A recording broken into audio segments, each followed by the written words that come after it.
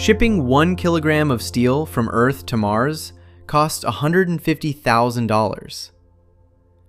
Refining 1 kilogram from Martian soil?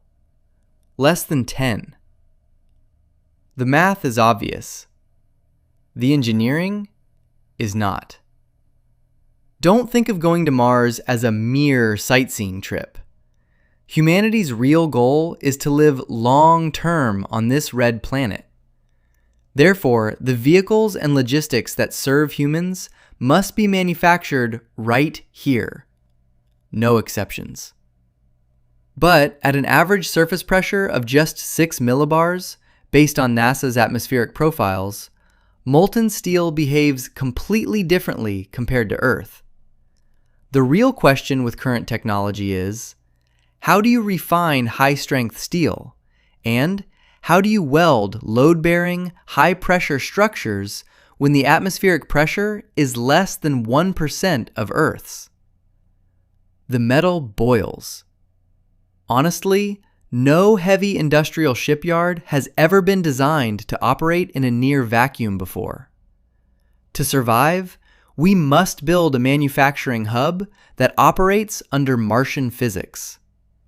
A shipyard on Mars is truly harder than anything humanity has ever imagined. The Martian surface is covered in iron oxide. That red rust is the primary resource for survival. But refining it is the first major roadblock. On Earth, refining steel requires massive blast furnaces, limestone, and coking coal. On Mars, these materials don't exist. To establish industrial independence, the metallurgy must happen in a completely different way. The solution lies in a century-old chemical process adapted for space. Carbonyl iron refining.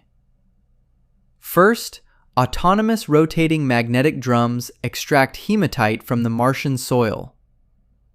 According to research from Swinburne University of Technology, Mars regolith is roughly 15 to 20% iron oxide by weight. This raw ore is then reduced to crude iron at 900 degrees Celsius using carbon monoxide. This gas is produced by splitting Martian carbon dioxide via solid oxide electrolysis, a process already proven by NASA's MOXIE test. But crude iron is full of silica impurities. Refining it traditionally is impossible. Instead, based on the University of Utah's 2023 NASA Big Idea Challenge project data, the crude iron is reacted with carbon monoxide at, well, roughly 150 to 200 degrees Celsius depending on reactor pressure, and 100 bar. This forms iron pentacarbonyl, a highly volatile liquid. Now, this gas is extremely toxic, requiring absolute robotic containment. The gas is fractionally distilled to filter out all silica and phosphorus. Then, it's piped over a mold heated to roughly 300 degrees Celsius. The gas thermally decomposes, vapor depositing over 99% pure iron directly onto the mold substrate.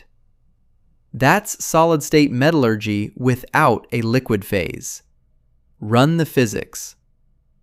Transporting 1 kilogram of steel from Earth to Mars orbit costs roughly $150,000 in logistics. Refining 1 kilogram of iron on Mars from local ore costs less than $10 in electrical power equivalent. That's a 15,000 to 1 economic leverage. But pure iron is too soft for heavy construction. To make structural steel, the refined iron must be alloyed with carbon, extracted from atmospheric carbon dioxide, and alloying elements like chromium and manganese. Only then does it become the high-strength steel needed for pressure hulls and habitats. The steel is ready. The next challenge is joining these plates to build the shipyard itself. But how do you construct a mega factory on Mars when the internal air pressure threatens to tear the building apart? If you want to understand the real engineering required to settle the cosmos, based on actual physics rather than science fiction, subscribe to The Cosmic Rush. We deconstruct the machines that will build our future.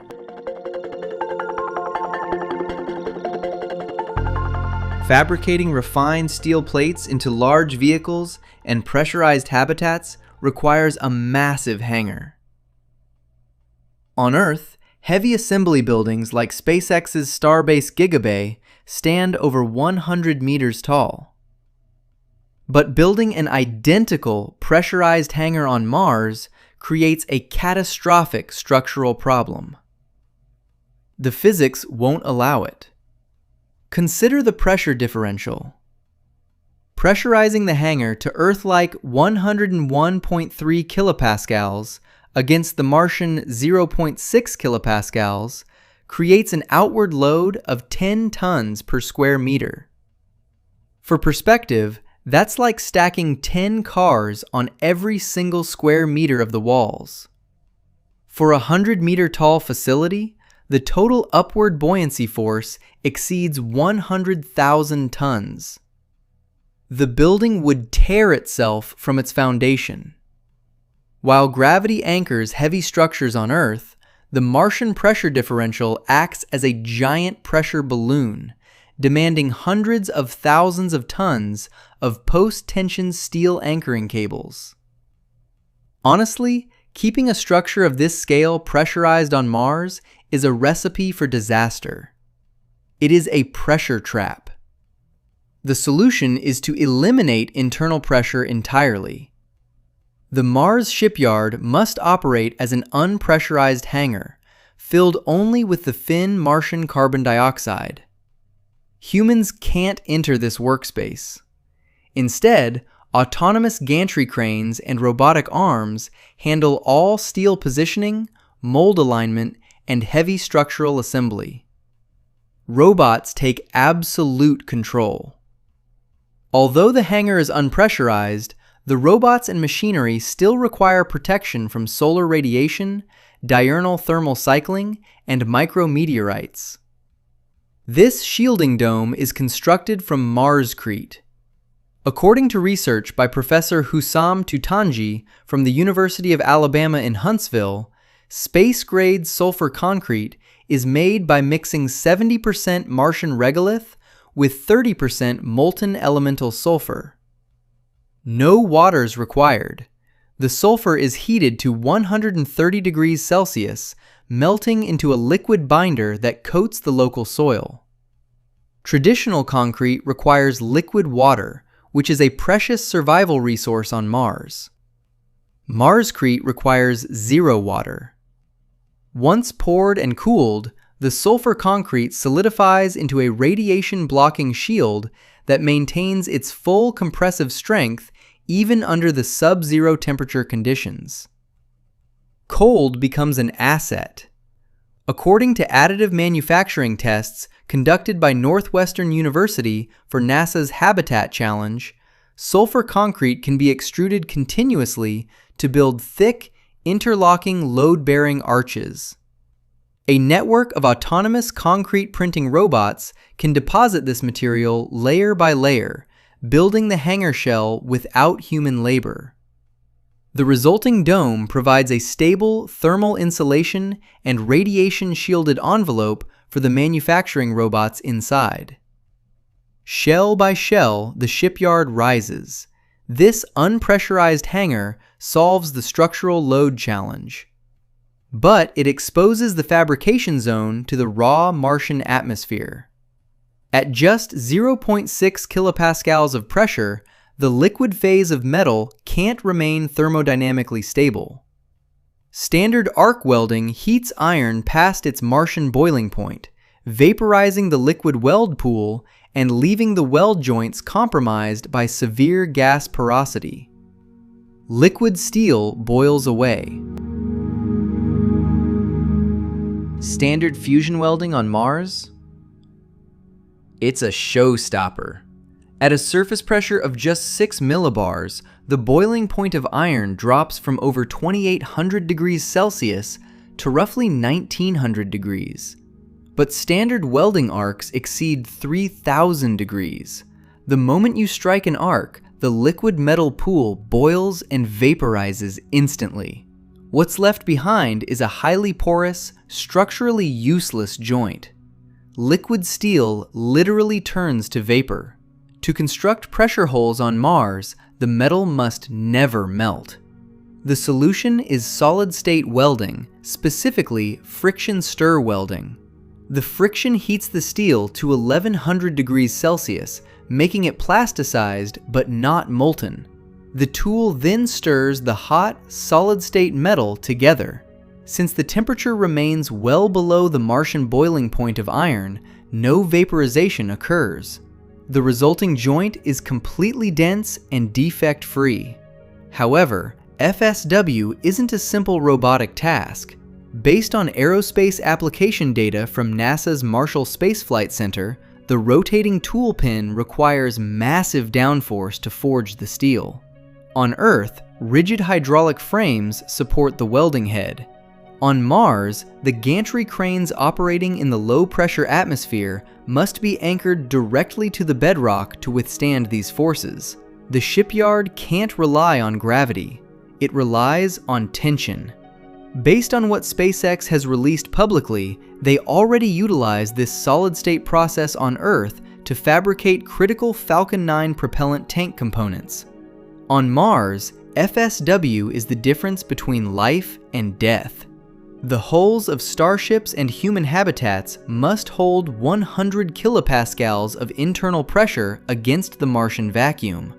A single pocket of gas porosity in a weld would cause a catastrophic explosive decompression. Solid-state welding is the only way to build safe pressure vessels. Failure means the path to settling Mars is closed forever.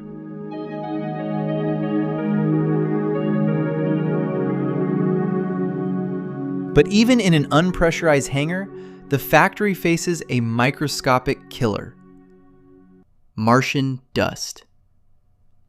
Jagged and highly abrasive, these basaltic particles measure just 2 to 5 micrometers. Because Mars has no liquid water to weather them down, they remain razor sharp. Worse, solar ultraviolet radiation leaves the dust electrostatically charged.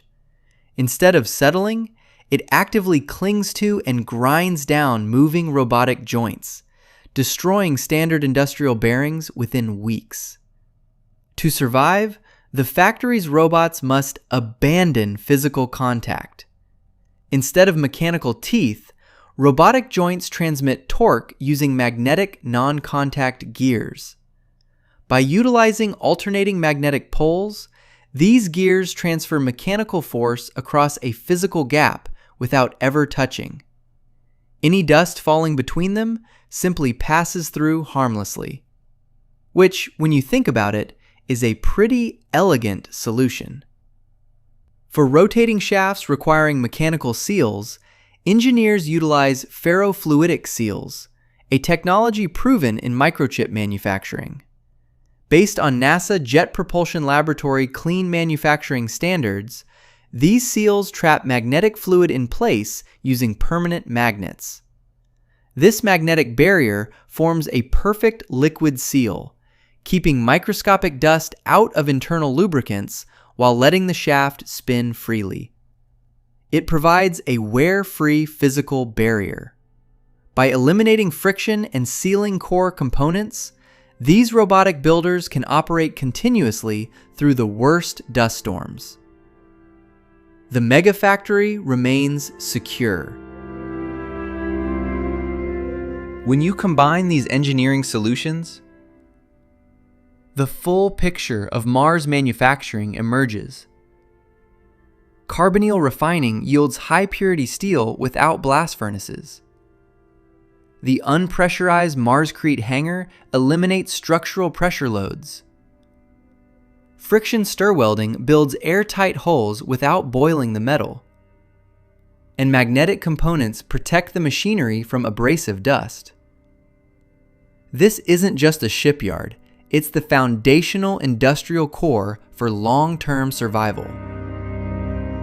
Critics argue that building an automated megafactory on Mars is far too complex, and that we should simply import prefabricated structures from Earth. But this ignores logistics. Refining and fabricating heavy structures locally reduces cargo volume from Earth by 90%. Earth only needs to ship small, high-precision electronics and valves. Manufacturing locally is the only way the settlement survives when Earth's supply lines are inevitably cut. Achieving self-sufficiency on Mars requires thinking differently about physics. By adapting Earth's metallurgy and welding methods to Martian physics, we can build the infrastructure of survival locally. It's not just about assembling spaceships, it's the birth of off-world heavy industry, the moment Mars achieves complete industrial self-reliance. Which structural component do you think is hardest to build under Martian physics? Let's hear it in the comments, and subscribe to The Cosmic Rush.